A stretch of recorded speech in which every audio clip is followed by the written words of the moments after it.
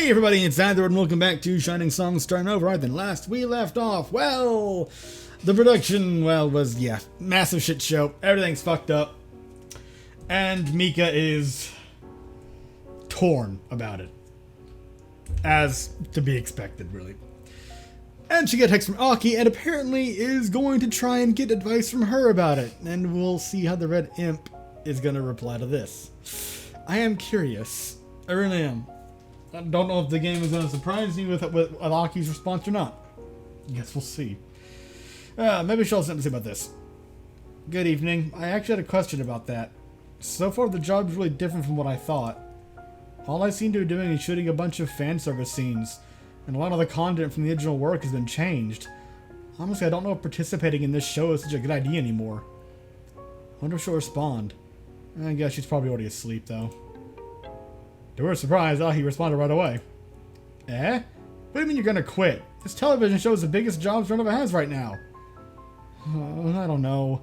At this rate, Black Opera is gonna be totally ruined in my eyes.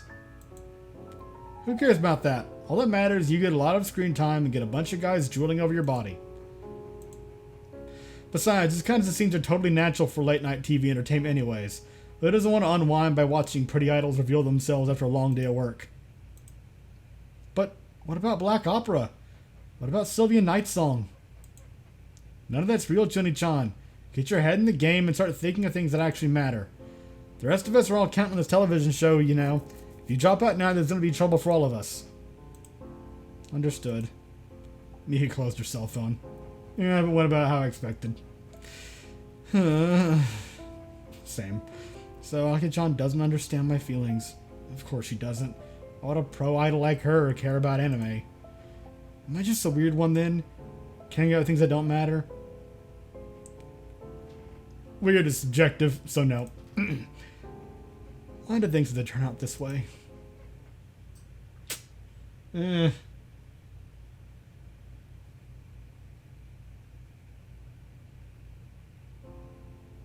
What was the primary appeal of anime?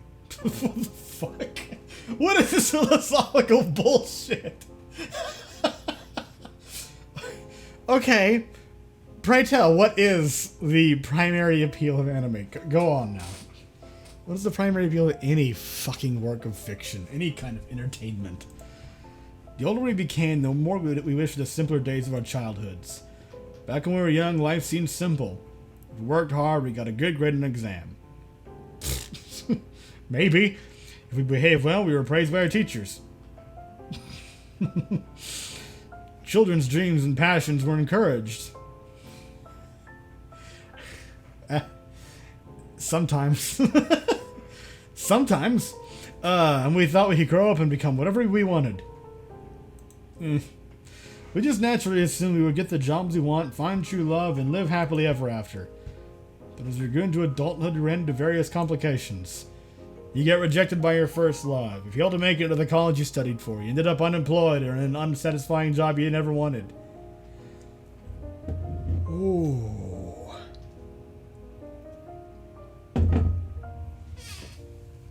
That last bit hit me a bit close. Oh, fuck. Ugh. No, don't focus on it. Just move on. Fuck. Don't. It's not something to dwell on right now. God knows, I do it enough when I lay awake at night and all the fucking shit that's happened in my life that I've fucked up on comes out. Like, why can't I just go to sleep? Why? Why can't I just dream? I mean, it usually ends up being some kind of stressful nightmare anyway, but fuck it, whatever, let's just go. Someone else took your dream job, someone else took your dream girl, someone else became successful and you didn't. Despite doing nothing wrong, you incomprehensibly became an NPC in your own life. I wouldn't say I did nothing wrong. I did a lot wrong. We wanted to believe the world was simple. We wanted the two-dimensional world of archetypal stories where you were the hero all along. We wanted to be that one boy or girl who rose above the rest and became victorious against impossible odds. If we could not see our dreams fulfilled in our lives, at least we wanted to believe they would be fulfilled in fiction. However, that was but a distraction. Real life always found a new way to disappoint its denizens. Oh, good tentacles. And I am so glad that we... Is this being censored because I don't have the patch? I'm assuming it is. Ugh. Mika held back her tears as she was suspended in the air, wrapped up in tentacles. Is that the sum of your powers, Night Song? Curse you, Light Wind. To think one such as you can resist the power of my scarlet mark. But it looks like my powers will no longer be necessary to make you bow before me that I've got you like this. I'll never... The tentacle contraption rotated, flipping Mika over and exposing her panties. Cut. Alright, Hashimoto? That sounded like a pretty real scream there. Yes. Oh. I'm sorry. Please do a retake. Alright, let's do it from line 49 again. Action. To think one such as you can resist the power of my scarlet mark. But it looks like my powers are no longer be necessary to make you bow before me that I got you like this. I'll never... Get... Now, call me Master Foul Woman. My powers... Heaven's pit... Not this time, Night Song. The tentacles appeared to tighten around Mika's body, emphasizing her assets. Probably have to do quite a lot of work. Not as much as it would if it was Aki, though. That was mean. Why did I say that? That's uncalled for. I'm sorry. No woman has resisted my powers before, and you are no exception. This is too much. Like, this is... Tears welled up in Mika's eyes. Gah. Suddenly, an unexpected scream interrupted Mika's coming protest.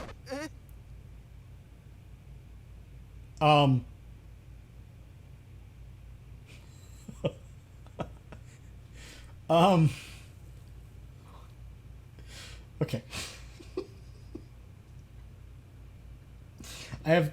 I'm not sure where this is gonna go.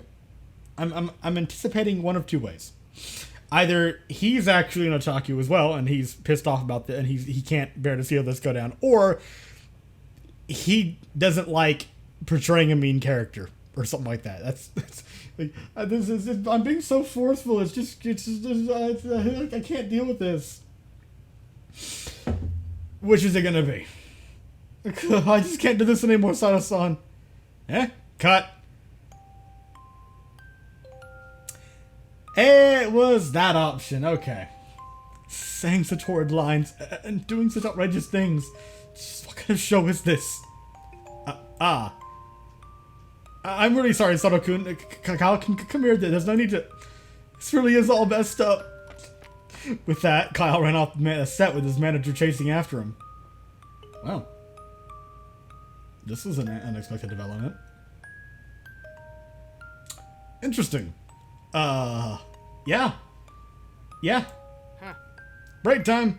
Come on, let Hashimoto down from that tentacle thing. The porn contraption. With that, the shooting stopped. I spoke with Mika as the staff tried to calm Kyle back down. What a big problem, huh? Think Kyle-san would just break down like this. I guess it's only expected. Kid's just 17 years old after all. He might already be a big celebrity, but in the end, he's still just a high schooler. Being in television production is hard. If you want to make it as an actor, you gotta be willing to take all sorts of unbelievable jobs to make ends meet.